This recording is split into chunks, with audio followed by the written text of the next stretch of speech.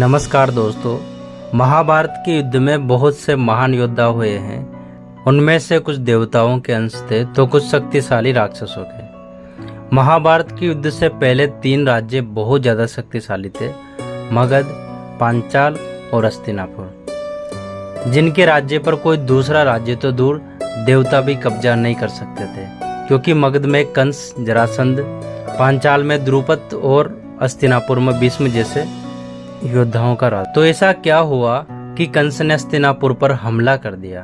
तो आइए जानते हैं। जब भीष्म विचित्र वीर्य के विवाह के रानी ढूंढने के लिए कई राज्यों में गए तो उन्होंने बहुत से राज्यों में रानी देखी, लेकिन भाई विचित्र वीर्य के लिए कहीं भी कोई उत्तम रानी नहीं मिली।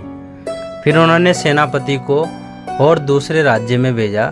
तब सेनापति भगदंत के राज्य असम में पहुंचा और उसने वहां देखा कि भगदंत वहां पर इंसानों को बलि दे रहा था, जिसमें उनका एक सैनिक भी था।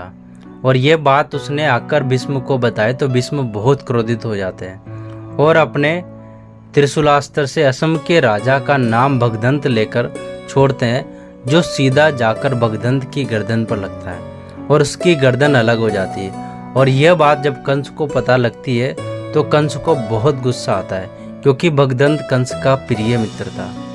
तभी कंस राक्षसों की सेना लेकर हस्तिनापुर की तरफ निकलता है।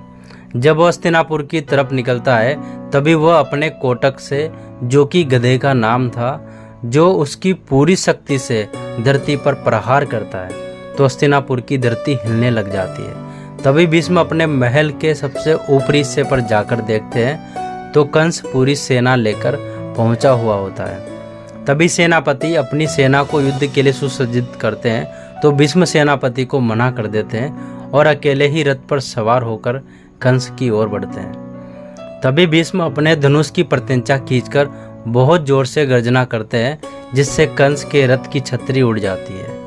तभी कंस अपने शक्तिशाली सेनापति को उन पर प्रहार करने के लिए भेजता है। तभी भीष्म उसे एक ही बाण से मार देते हैं। तभी कंस अपनी सारी सेना को इकट्ठा करके उनको मारने के लिए भेजता है। तभी भीष्म उन्हें अपने कुटुम्बस्त्र को चलाते हैं और उनके कुटुम्बस्त्र से आधी सेना को धरती में समा देते हैं। फिर कंस अपने अमोघ अस्त्र से भीष्म के ऊपर प्रहार करता है तो उनका रथ फट जाता है और भीष्म नीचे गिर जाते हैं। और तभी कंस जोर जोर से हंसने लगता है और कहता है, इतना ही बल है हस्तिनापुर में, इतना बल तो हमारे घोड़े में है। यह सुनकर भीष्म को अत्यंत क्रोध आ जाता है और वे अपने पाशुपतास्त्र ब्रह्मास्त्र को इकट्ठा अपने धनुष की प्रत्यंचा पर चढ़ाते हैं, जिसे वो कंस के ऊपर छोड़ने वाले होते हैं। तभी आसमान में आकाशवाणी होती है और आकाशवाणी कहती है कि इसका अंत किसी और के हाथों निश्चित है, आप अपने अस्त्र का प्रयोग ना करें।